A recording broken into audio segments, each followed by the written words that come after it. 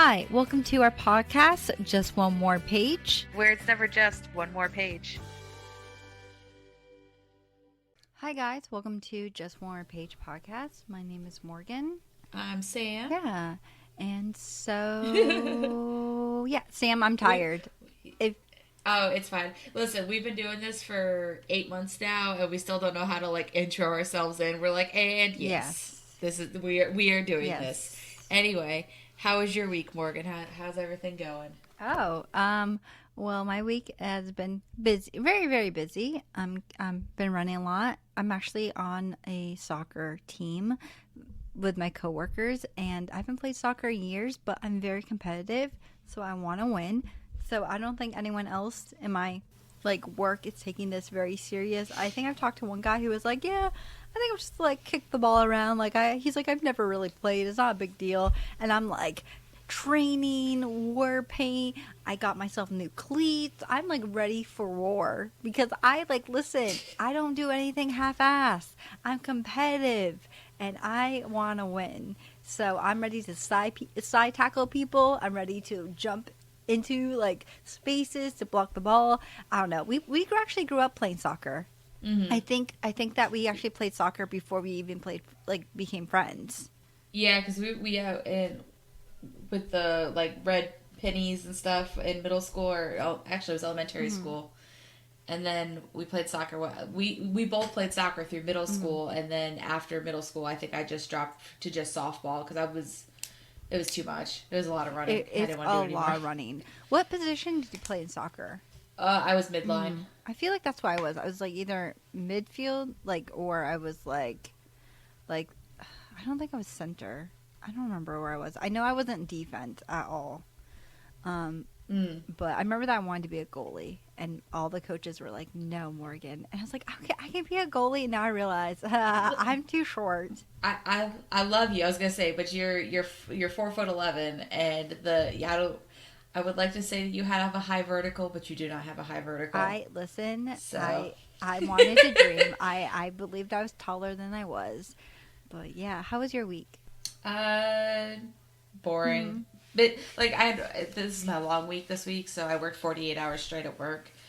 So, but this week it should be fun. We got I got some family coming down from up north, and we're doing a birthday party for one of my nieces, and then we're going to the lake this weekend, and then I'm getting ready in a couple weeks to come see you. Oh yeah, look out for those tiki-talkies. Yeah, it's gonna be so much fun. I'm excited. And we're gonna eat a lot of good food. Go to the bookstore, of course. Go to the bookstore. I mean, duh. I was gonna text you, be like, "Are we making a Barnes and Noble trip?" But then I was like, "That's a stupid question. Of course, we're making a Barnes and Noble trip." Of course. Yeah. So it was fun. I also was really excited too because this week we're actually reading a really interesting book. I actually have read stuff from this writer before. I don't know, have you written stuff from Ryan La Sala before? Up until this book, I'd never even heard of Ryan La Sala, so no. So the other book I read from him, listen, I should have done my research and pull up the book's name, but it's Reverie. Yes, I read that one. That one's fantastic. So I was really excited to read this one, although a little bit nervous too. But if you're curious, the book that we actually read this week and that we're going to be discussing is Honeys by Ryan La Sala, which is, I would say, a young adult / thriller horror novel, I guess so. Psychological thriller, more horror toward the end, but very much in the psychological thriller throughout the book. So it follows this teenage boy named Mars who is... I had the word in my head. Hold on a minute. Genderfluid. Mars, who's non-binary, gender that fluid. That was the word that I had stuck in my head, non-binary. But I kept on thinking about binders. So I was like, he's a binder, and I was in my head, I was like, Morgan, that does not sound right. But yeah, he's non-binary.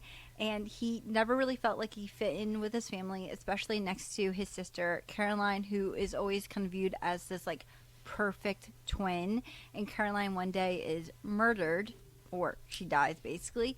And his whole life is kind of kicked off of his axle, and he's trying to figure out what happened to her. So he decides to go to this summer camp that she goes to every year at Aspen, which is where a bunch of rich people go to. And there he meets her friends, the honeys, and he starts to kind of realize that although they're beautiful, they're also terrifying, and Mars thinks that they have something to do with his sister's murder. I love this book, Sam. I don't know about you. Did you like it? I really like it. I think I gave this like 4.5 stars. I really liked this book, and I'm so glad I listened to it as an audiobook, because whoever produced it, like the background noise and the crickets and like the girls laughing, but it was kind of creepy and all of that going on. I'm like, it was so good. It was so immersive, and I listened to it mostly back and forth to work because I got like a 45-minute drive to work. So if you listen on times 2, that's an hour and a half worth of the book. Anyway, math. But I would literally be driving and be like, oh my god. And I literally sat in my driveway at one point because I knew we were coming to the end of one of the chapters. And I was like, oh my god. Like, this whole book was just, my brain just couldn't handle it. I loved it, every minute of it. It was so good. Well, let me just say, I guess I'll go more into the spoiler part about like the first chapter, but I don't know about you, I wasn't really quite sure about the book, but I was like, I really do like Ryan La Sala, his writing style, so I was like, maybe I'll like it, but truthfully, I enjoyed it a ton. I love the complex story, I love the twists, I love the gross parts of it, and I don't know about you, Sam, but I don't think I'll ever be able to look at honey the same way. Well, I just appreciated like the little details that he put into it, and I'll get into that more in the spoilery section too, but it's just like the little pieces here and there that I don't know how to explain it without spoiling it, but it was so very well done. And even when I picked up, like, there was a couple of things I kind of guessed ahead of time, there was a lot I couldn't guess on this or didn't see coming, and I was just like, my mind was blown. So good. So good. I also really love the fact that Mars was non-binary, because I don't think we ever really read any books with a non-binary main character before, have we? Not that I could think off the top of my head. Maybe that, like, when we did the story of, like, the love story collection, it might have had someone who was non-binary. Oh. Remember when we did the Serendipity a while back? That might have, but I'm not sure. Maybe. I don't remember, but I'm happy that we got this in the book, and I don't know, I find it really exciting, because I don't think back in high school we'd be able to find books that had people who are non-binary in books or even gay in books, so I'm excited whenever there's anything LGBTQ in a book or anything with like diversity in a book. But I absolutely enjoyed it. I love the twists and the turns. The only thing I do have issues with, I had issues with some of the characters, but I also felt like it's because of the way certain characters were treated, if that makes sense. And I feel like I can't get into it without talking about spoilers, you know? Okay, so let's just go to the spoiler section and let's talk about all the things. Oh my god, all things. So if you have not read this book yet and you would like to read it, please click out. We have other episodes you can check out. We did an episode in which we do a 6-month recap. We actually did an episode in which we talk about things we don't like about books. There's a lot of other episodes you can check out in which we're talking about other books too that you may have already read. But we're going to be going to the spoilers. So let's go, spoilers. Spoilers! All right. I got a couple places I want to start. Where do you want to start? Can we start at the first chapter? Because literally, I'll be honest with you, I was like, picture this. I'm at work. If you're my boss, don't listen to this. I'm at work, and I'm just like, I should listen to this podcast. Or not the podcast. I should listen to this book for the podcast. I put it in, right? I put it in, and I'm just like listening, like, oh yeah, he's sleeping. He hears his sister, who's just like, I'm assuming it's his best friend, and his sister's like, stabby, stabby. I'm like, what? Because I literally was talking to my boss. I was like, yeah, like his sister gets murdered eventually, I think, and then I turned to her and I'm like, he killed his sister, and she's like, what? And I was like, like I am so, because like I don't know about you, but I just like, I knew the sister was gonna die because it's in the description in the book that the sister is going to die, but I did not expect in the first chapter that Mars would be attacked by her and that they would fall off the balcony, and I was like, I don't understand what is happening. I low-key thought it was a dream.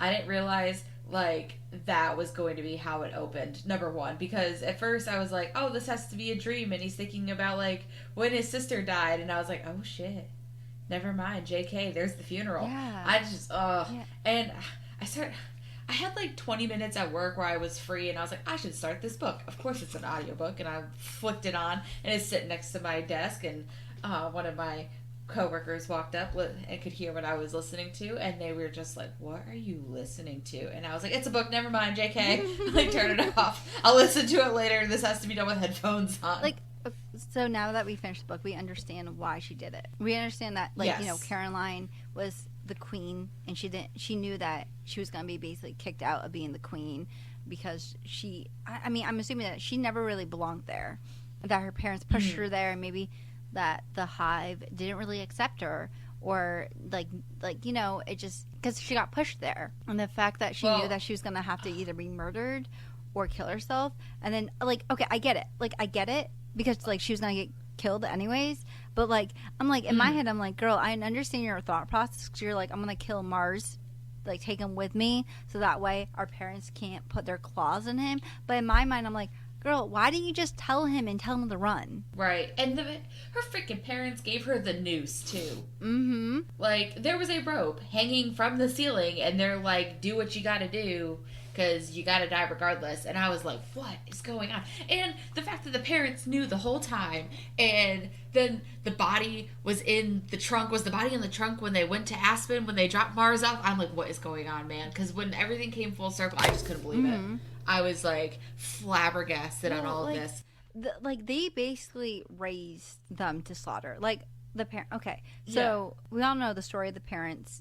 Like they played a much bigger role than I thought they would, because you know, you have them in the beginning, you think like, okay, Mars doesn't really fit along with his family, like his mom is like in the government and kind of like, I don't know, she tries to be like perfect, and his dad and him kind of have an awkward relationship, but like you don't really focus on it because you know that's not like the main focus of the story. You're more focused on like the honeys and him going to camp. But then when you realize the fact that the parents played a much bigger role than we realize, it's crazy, because once again they bred their kids, like they had their kids because they wanted to have their kids as the queens. They wanted them on the throne or something like that, because they knew it. Because like, but also I also feel like in this story there is like kind of like a moral to it in some ways about how much pressure parents can put on children for their own greed, and the pressure that the parents put on Caroline to be perfect in everything and that to be the queen. Like honestly, I'm not surprised she's not overwhelmed and she didn't like collapse underneath all the pressure. And the fact that the parents like once again bred the children to be the queens is wild to me. And it's like they didn't even care about their own blood, like their own children. They were like, nope, you're gonna be the queen, you're gonna help us get richer, help us be more influential, like be able to influence people. But also, were you happy when the parents died, when he murdered everyone, or were you like When he killed Wendy, I was like, heck yeah, I hate you. I didn't expect to, because it was in the very last chapter we found out he like killed his parents. And I was like, oh shit. But I guess, you know, if you were willing to kill your own children, I guess the children need to be willing to kill their own parents, because the hive is higher. But this book was, I don't know.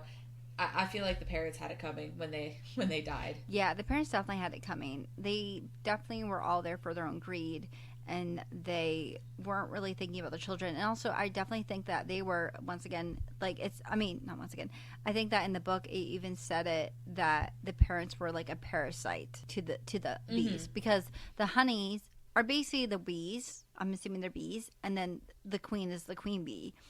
So I definitely think that the parents were the parasites trying to get the honey out of them in some ways, of getting more richer, getting the lottery, knowing certain things that happened. Now, I understand the whole thing of Mars' parents dying and him dealing with that with the detectives, but how is the other parents? Like, I'm assuming all the other parents died too? How do you explain that? Like, are they like, a freak accident? Because I think the way that, if I remember right, that the detective said that Mars' parents died from a fire at their house, right? So how do they explain all the other people that died there? Or did they die? I don't know. Well, and the thing about it is like, so the honeys obviously could like readjust everybody's brains to remember or not remember certain chains of events. So all I had to do was sit there, and I guess they called it purging, like purge them to believe what they want them to believe, and it's going to be very effective because they made a whole camp forget a person. That is true. They did make a whole can't Like, forget person. how confused were you the first time they purged Mars? Because I thought my audiobook skipped. Oh no, I kind of assumed that that's what was happening. Like when they said it the second time around, I was like, huh, they did something to him. I know it. Well, it was weird because like when they went through that whole when he first got his mind wiped out and it repeated, it started out the same way. Like the train of thought was the same thing. So I thought my audiobook skipped for a second, and then I was like, they erased his brain. What the heck is going on? And that, like, this is what I was talking about earlier with, like, I like the little details that the author put in, because he had his mind purged more than one time, and he had told the girls the story of him and his sister dancing and switching clothes just before the girls, Mimi, I can't believe Mimi killed Sierra, but when Mimi killed Sierra, and then they had to like get rid of her from the whole camp, like her memory, he then repeated the same story later on. It was said kind of like as like him telling multiple stories, but one of the multiple stories, that was the same story that got repeated. And it was like little things like that I just like really appreciated that, because even though we knew what had happened and we knew that his brain was wiped out, he himself, the character, didn't know, and so he was repeating a lot of the same things, and I was like, this makes so much sense, and I really appreciate, I don't know, I thought it was just genius that he did it that way. Yeah, it was really smart, and I like the fact that the honeys, you didn't really necessarily know if they were good or bad. Like, I think that, I don't know about you, but when you get first introduced to the honeys or cabin H, you think that they're like these mean girls, like, or you think like something shady with them, or you think that, like, in some words, like what Mars thought about them, that they were bitches. But the truth is that the boys around Mars, and even Mars himself, thought that they were bitches, and Mars didn't, but the boys in his cabin constantly overly sexualized them. And then once Mars was able to hang out with them and become friends with them, he realized how wrong everyone was about them. And I think that this is true too in real life. That I think that if females act a certain way, we are judged harshly. And even though the women in Cabin H were living their best lives, tanning outside in the yard, cooking, and having breakfast together. Honestly, I would love to be in Cabin H. But they were judged so harshly for sticking together. They were judged so harshly for not accepting some of the boys' advances. And they were just basically, in some ways, viewed in a negative way just for them living their lives. And I think that is true about what happens in real life about women, because sometimes, like, if a guy hits on you and you're like, no thank you, they'll get really mad at you and call you like a bitch and scream at you and yell at you. And it's true about what happened in this book too. And I definitely like the fact that the honeys seem to really try to uplift other females, like that I forgot her name. I guess she was a camp counselor who did canoeing. Oh, yeah. Sylv. And how they had her dance, and they were trying to like help her because of the fact of what Brandon did, of basically taking the photo of her, or her taking her photo and showing people and like threatening her with. Now, do you think that Brandon deserved what happened to him? I was gonna ask you the same thing. Yes, honestly. And I think it was kind of nice that, like, before we knew Sylv's, like, backstory, like, we got to see, instead of her, like, telling her story, we got to see her story, because the book started being like, well, she was doing this and she was doing that, and I'm like, what does this have to do with the story? And then as it kept going, and it was talking about her dancing and feeling free when she was dancing, and like feeling like she could be herself and everything, and I was like, oh my god, this is Sylv, and then this is Braden, and oh my god. And so yeah, I think he got what he deserved, honestly. A little gruesome. There was a lot of detail in how he died, and I was like, oh my god. When it said his tooth dripped out of his face, I was like, I can't. I could see it in my brain and I couldn't do it. His jaw fell to the floor. I'm like, we can't, we're not doing this. This is way too much detail. But also the part where they had that dinner and they had all the like boys they were controlling with the bees, and then basically they correct me if I'm wrong because this is the way I took it, that they basically had the honey that he melted into, or is that wrong? No, the dinner came before. Did it come before? I thought it came after. I think it came before. Because I thought that he melted it into the honey, became the honey, and then people like ate him. Correct me if I'm wrong. I feel like I'm wrong. Maybe I got that out of order. I can't remember the order it happened in, but I'm pretty sure the dinner was before. Okay, because I thought they had the dinner and then he escaped, and then him and Wyatt, he met up with Wyatt, and then they were camping, and then. Then sexy time happened. Well, not really sexy time, but stuff happened, and then he got interrupted. By the way, can we just talk about Wyatt? Yeah, let's talk about Wyatt. I liked Wyatt. He seemed like a Boy Scout, and I loved him. I also love the fact that he tried to be so open-minded around Mars, and that he, like, even though, like, he grew up there and his family basically used to own it, that he, like, wanted to help Mars out. He was like excited. He loved being there. He loved nature. He loved leaving no trace. And it really broke my heart that they, like, I don't know, that stuff happened and they couldn't be together. Do you think they'll end up together though? Because we really kind of got left off on like a cliffhanger in some ways. Well, he was with them when they were like isolating themselves, so I'm guessing because he was at the like when they finally got away from everybody and they were in their cabin and whatnot.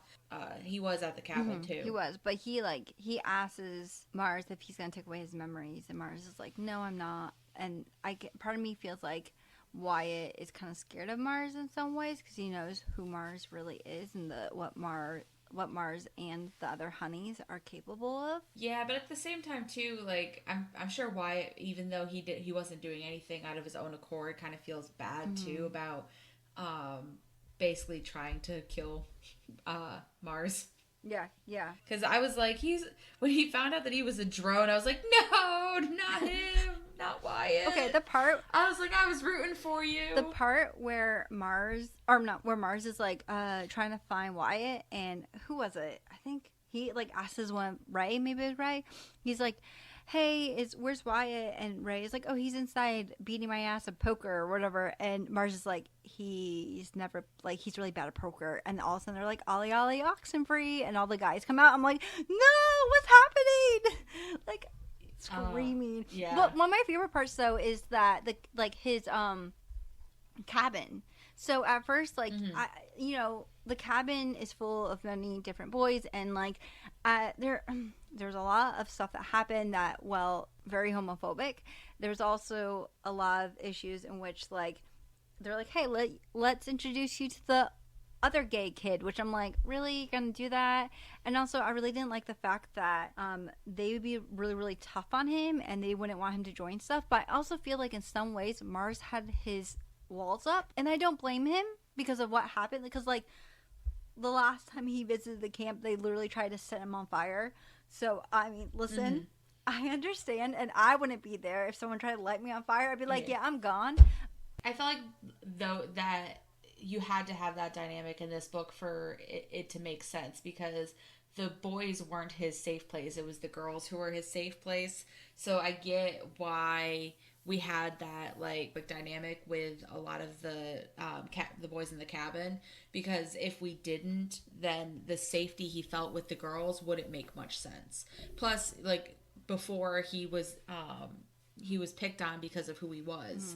And then when they said, oh, well, Aspen's different, well, clearly it's not different. It's just been repackaged into the same thing, just looking like a new way. So I felt like if we didn't have that dynamic, then the safety he felt with the honeys wouldn't have been as much of like an impact as it was in the book. So yeah. I understand why it was in it the way it was. I also kind of feel like Mars, like, once again, he had his walls up. I also kind of feel like towards the end of it, they wanted to be kind of like friendly with him, but I feel like Mars was more cynical towards them in some ways. But when they were getting along, I did enjoy the book a little bit more. Not that I didn't enjoy the book, but like I was like having more fun reading it. But the whole part in which him and Wyatt were like sneaking out together, or I think it was like after the honey thing, and he comes back to the his cabin, and his like cabin mates were like, did you and Wyatt have fun? We covered for you. Because I was like, what? Like, you think, I was like, oh, they think, oh, okay, okay. But I mean, like, only if you really knew what they're getting up to. Seeing your old cabin head person getting his face melted off. Like, then you'd be like, excuse me, no. The only thing, though, I don't know about you, I really wish that was more in the book, was a backstory. More of a backstory of, like, how they got their powers and why it's such a big thing. And, like, I don't know, I felt like we didn't really get that. Yeah, but I feel like, too, like, I didn't feel like I needed a backstory of, like, the beginnings. We got like a little bit. We kind of heard about the some of the first ones and how they found out that they could predict the future and stuff. So we got a little bit of a mini backstory. But when Bria was explaining like how a beehive works and how the queens work and everything, I feel like that was kind of more of the backstory, because even though they weren't talking about the honey specifically, it was kind of like them explaining how the honeys work and how their power works and why the hive works the way it does.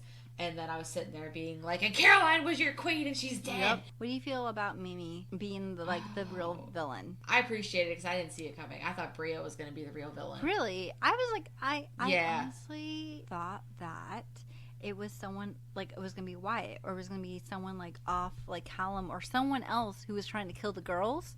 And I was like, and when it was, like, revealed that it was Mimi, I was like, wait, who are you? Like, what? Like, excuse me? See, my thought was, is because Bria clearly looked like the leader of the pack, that I felt like she invited Mars to come to the honey's cabin, and we later on find out that Mars has been chosen to be the next queen.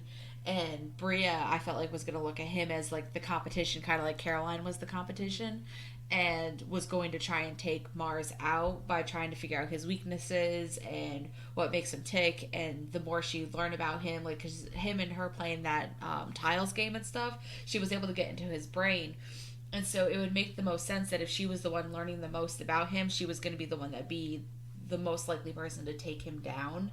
That the guys were just assholes, but the girls, like Bria getting into her brain, or into Mars's brain and whatnot, would be the most ideal person to take him down. But it was Mimi, and that was strange. I didn't realize Sierra was the new queen, and then she took Sierra out, and then now they had no queen, and I thought honestly it was going to be Bria. Do you think that she, like, the way she died was crazy? That was just, oh my god. Again, that was another moment I'm just like, oh my god, the detail you're going into this. Holy crap, man. Yeah. I definitely think that this book was flipping crazy. I loved it, though. I really did like it. Now, my question to you is, do you think that Mars will eventually... Like, I wonder, though, what happens after they're done being queen. Like, do they die? Like, does Mars have to, like, come back to the camp every year? Do they, like, graduate out of it? Yeah, that's not explained very well, because they said that...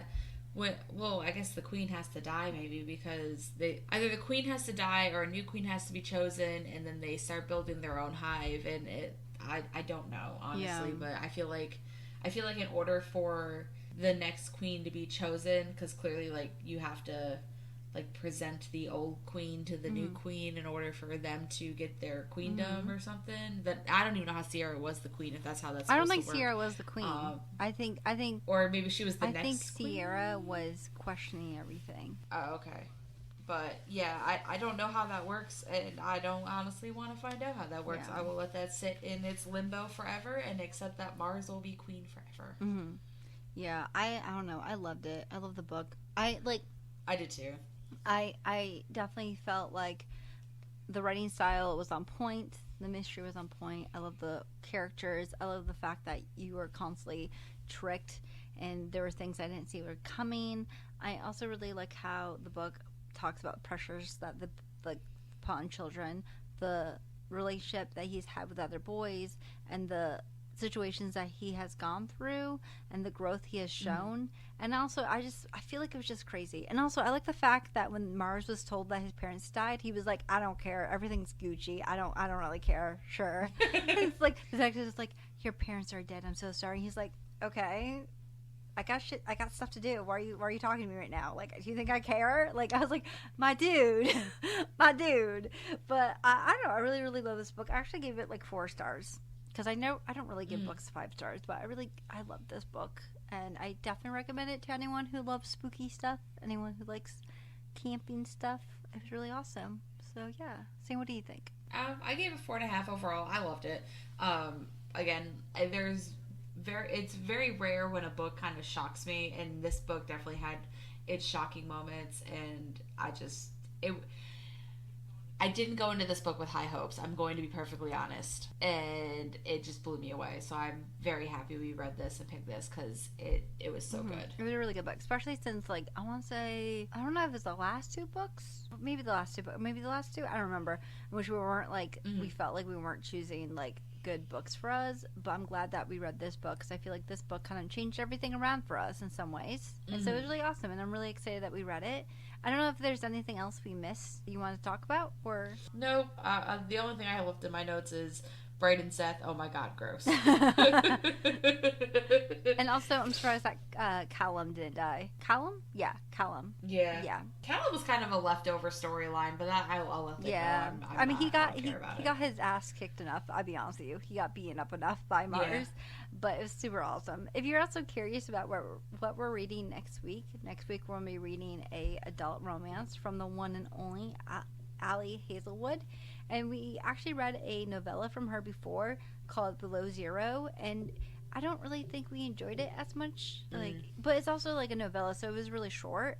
But this one is like a full-on novel. It follows this girl named B, or a woman named B, and B works as a neuroengineer at NASA, and she's on this project, and she also has to be this like co-project head with her enemy Levi, and her and Levi don't get along, but suddenly at work her equipment goes missing, her co-workers don't really get her back, and Levi starts to kind of becoming her only ally at her workplace and maybe start to soften up towards her. So this seems like a really cute, hopefully cute, enemies to lover romance novel with a bunch of science thrown in it. So yeah, hopefully I can read it because I feel stupid sometimes.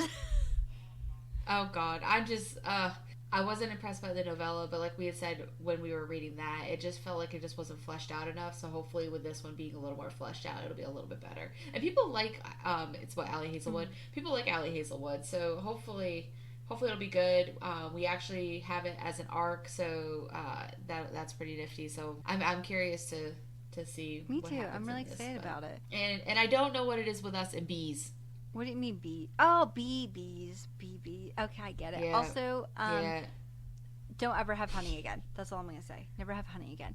But anyways, if you guys really, really love this episode or even really enjoy our podcast, please feel free to rate us on Spotify and also follow us on Apple and on Spotify. We would really, really appreciate it. Also, we post every Sunday, so please check us out next Sunday. And Sam, tell them about our socials. Oh my god. Okay, so if you think we're absolutely hilarious, because we are, you should come follow us on TikTok. We are just One More Page Podcast. If you want to see all the pictures and stuff, we have an Instagram. It's just One More Page Official. And if you want to get all the updates and stuff, follow us both on theirs. You'll get all the wonderful updates. And yeah, thank y'all for listening to us, and we will talk to you next Sunday. Yeah. Bye. All right. Bye.